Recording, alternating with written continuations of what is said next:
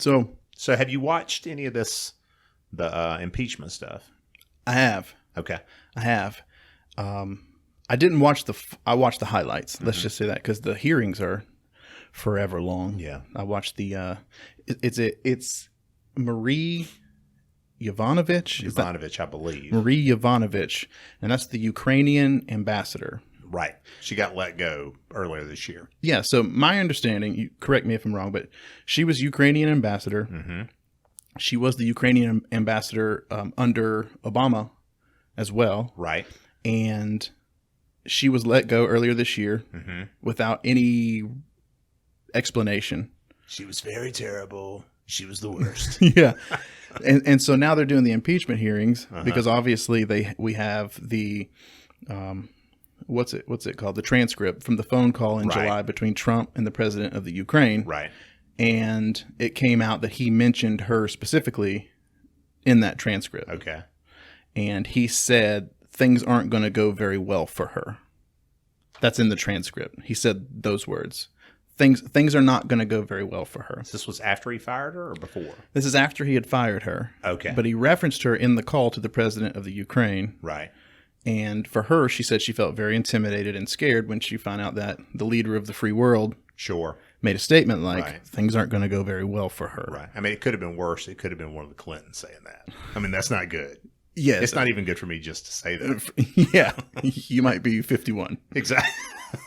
But so that's the background. And then she's on the stand giving her testimony. And at first I looked at it and I was like, maybe not such a big deal. Then I started putting myself in her shoes because, I try to stay agnostic. Sure. There are things that Trump does and I'm like, man, I really like that. Right. And then the next day he does something. I'm like, what in the world is this guy doing? So I go back and forth, but she was on the stand testifying and he starts tweeting about her while she's testifying.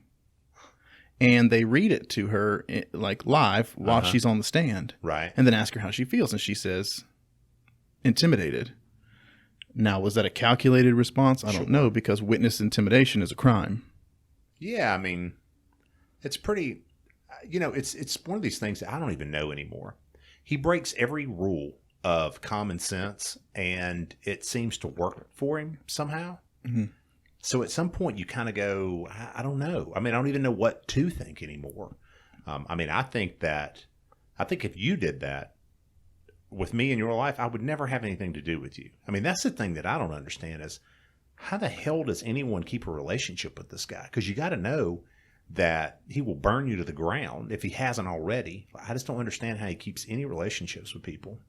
Right. But when I put myself in her shoes, then I went, oh, wait. This is a unique set of circumstances. Yeah. Imagine that you're in her shoes. You've been an ambassador, right? Right. Yeah. She was in like government service for like under 6 presidents or something like that. Yeah. I don't know if she was an ambassador the whole time, but you're told essentially that the head of state has lost confidence in you. Sure. You have to leave. Right. And she gave some perspective. She said that the United States, it makes sense, is the most important relationship for the Ukraine. Period. Sure. And this is a new president in the Ukraine. Yeah. So if Donald Trump asks him for a favor, is he going to take that seriously? Sure. Yes. If Donald Trump slanders the ambassador to this person. Right. If he tells the president of the Ukraine, as he did, do whatever it is that you can do it or whatever. Right. Her point is that they're going to go to great lengths to appease him. Sure. Because it is the most important relationship that they have. And then you have the president of the United States saying things aren't going to go very well for her. Well, I guarantee he still doesn't think that he did anything wrong.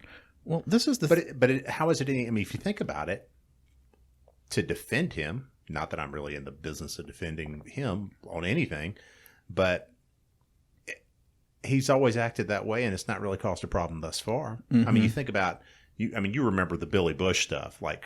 right during the campaign. And it was like, oh, it's done.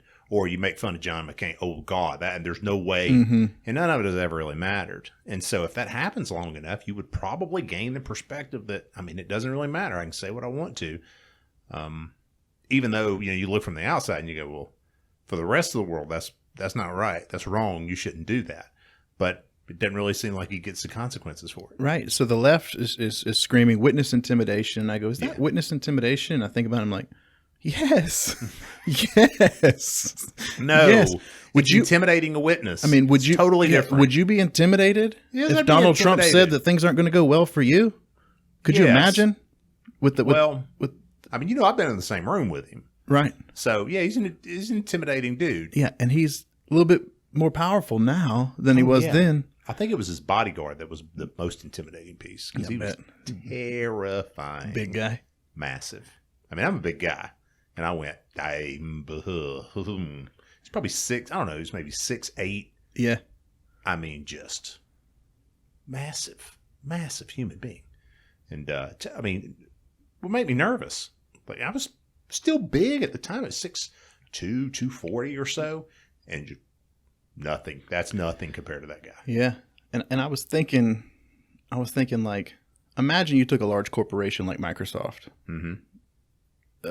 pre-Bill Gates retiring, and imagine there's a new hire on the ground level, entry level job, and Bill Gates comes to that new hire and says, "Hey, can you do me a favor?" Sure. What are they going to do? Sure. That's essentially what happened between the United States and the Ukraine. I know. It's that kind of thing where, And the question is it going to matter one way or another? I don't know. I don't know if it's going to matter at all. He said it in the campaign that he could shoot someone in the street Right. and get away with it. I know. And he has proven that to be, I know. that's been Guess true we'll find out. the entire time.